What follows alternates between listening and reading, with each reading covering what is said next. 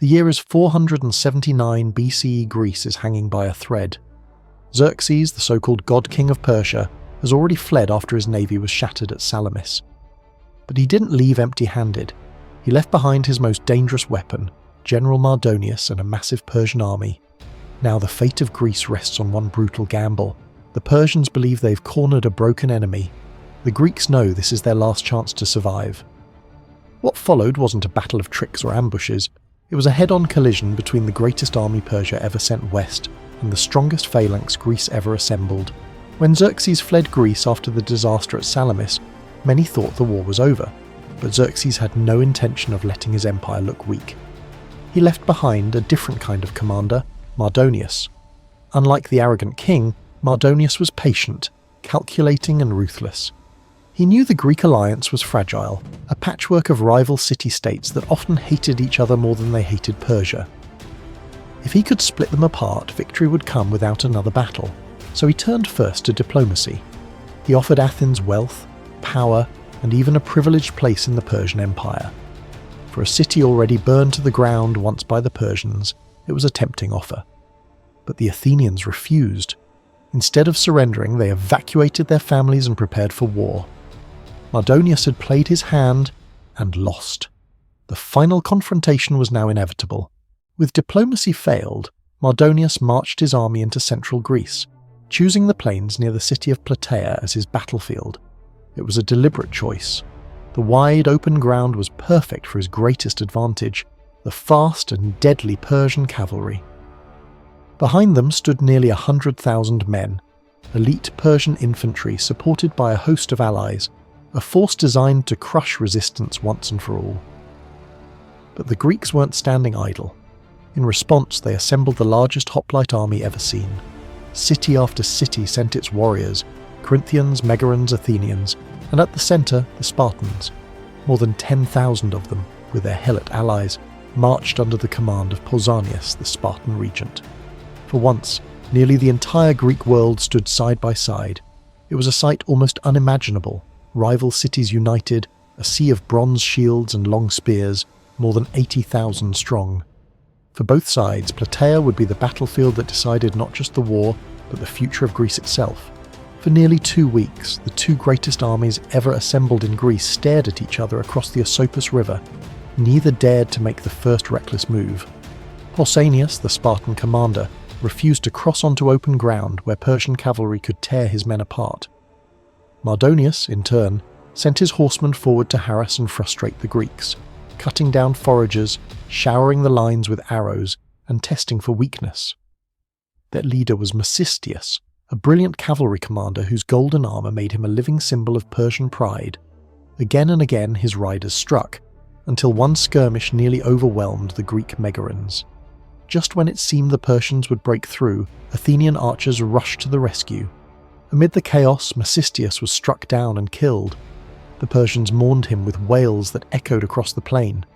For the first time, cracks appeared in their confidence. But Mardonius still had a plan, and it was far more dangerous than raids. Mardonius knew he couldn't wait forever, so he unleashed his cavalry in a new kind of attack, not against the hoplites, but against their lifeline. Riding wide around the Greek position, his horsemen struck at the supply train, cutting off food and provisions. Even worse, they seized control of the Gargantuan spring, the only fresh water source available to the Greeks. Suddenly, the mighty allied army found itself starving and parched under the blazing summer sun. Day by day, their position grew weaker. Soldiers whispered of desertion, allies wavered, and morale cracked. Pausanias realized he had no choice. If the Greeks stayed, they would collapse without ever striking a blow. So he gave a desperate order. The army would withdraw under the cover of night to ground nearer to Plataea, where fresh water and safer terrain could be found. But moving a vast multinational army in darkness was a gamble as dangerous as any battle. And by dawn, that gamble was already unravelling. The retreat was supposed to be orderly. Instead, it became a nightmare. In the darkness, communication broke down. The centre of the Greek line moved too quickly, the Athenians on the left became separated, and the Spartans on the right refused to leave until they were certain the others were safe. By sunrise, the battlefield looked like chaos. To Mardonius, it was the sight he had been waiting for. Across the river, he saw a Greek army scattered and in disarray, men straggling in different directions, some apparently fleeing outright. Believing the moment of victory had finally arrived, Mardonius ordered his elite Persian infantry to charge. He was convinced the Greeks were broken.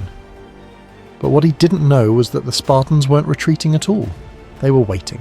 As the Persian infantry surged forward, the Spartans and their Tegean allies suddenly wheeled around and locked into formation. Bronze shields overlapped, spears levelled, a solid wall of death. The Persians crashed into them with shouts of victory, but quickly found themselves trapped in a nightmare. Their wicker shields splintered under the weight of Spartan bronze. Their shorter spears snapped against the long dory of the hoplites. Again and again, they tried to grab the Spartan weapons, to tear holes in the line, but the phalanx did not break. In the thick of the fighting, Mardonius himself rode at the front, clad in dazzling armour atop a white horse. He shouted for his men to push harder, to break the wall of shields. But then came the fatal blow. Mardonius was struck down, falling dead in the dust before his soldiers' eyes. For a moment, silence hung over the battlefield. Then, like a wave, Persian courage collapsed. What had begun as a triumphant charge turned into panic. Their commander was gone, and with him their will to fight. The death of Mardonius broke the Persian spirit. What had been a furious assault dissolved into a chaotic retreat. Soldiers dropped their weapons, fleeing across the plain, desperate to reach the safety of their fortified camp. On the other flank, the Athenians had been locked in a brutal struggle with the Persians' Greek allies. When word spread that Mardonius was dead, their resistance crumbled. The Athenians pressed forward, breaking the enemy line and driving them from the field. Soon the entire Greek army was in motion, chasing the retreating Persians back to their camp. The wooden fortress loomed like a final refuge, but the Spartans, trained for open field combat, struggled to break through its walls. It was the Athenians, skilled in sieges, who finally smashed open the gates. What followed was not a battle, but a slaughter. Trapped inside their own defences, the Persian army was cut down where it stood. Of the vast host Mardonius had once commanded, only a scattered few managed to escape. The Battle of Plataea was more than just a victory. It was the final nail in the coffin of the Persian invasion. On that very same day, legend says, the Greeks won another triumph at Mycale, destroying the remnants of the Persian fleet. By land and by sea, the empire of Xerxes had been shattered. Plataea proved that Persian numbers and cavalry could not break the discipline of the hoplite phalanx. It secured the independence of the Greek city-states and opened the door to an age that would shape the world. An age of Athenian democracy, Spartan might, and the birth of Western philosophy. The field was left littered with Persian treasure, but the true prize was far greater. Greece had won its freedom, and it raises a haunting question. If Mardonius had triumphed that day, if Persia had crushed the last Greek resistance, would democracy, philosophy, and the very idea of the West as we know it have ever existed?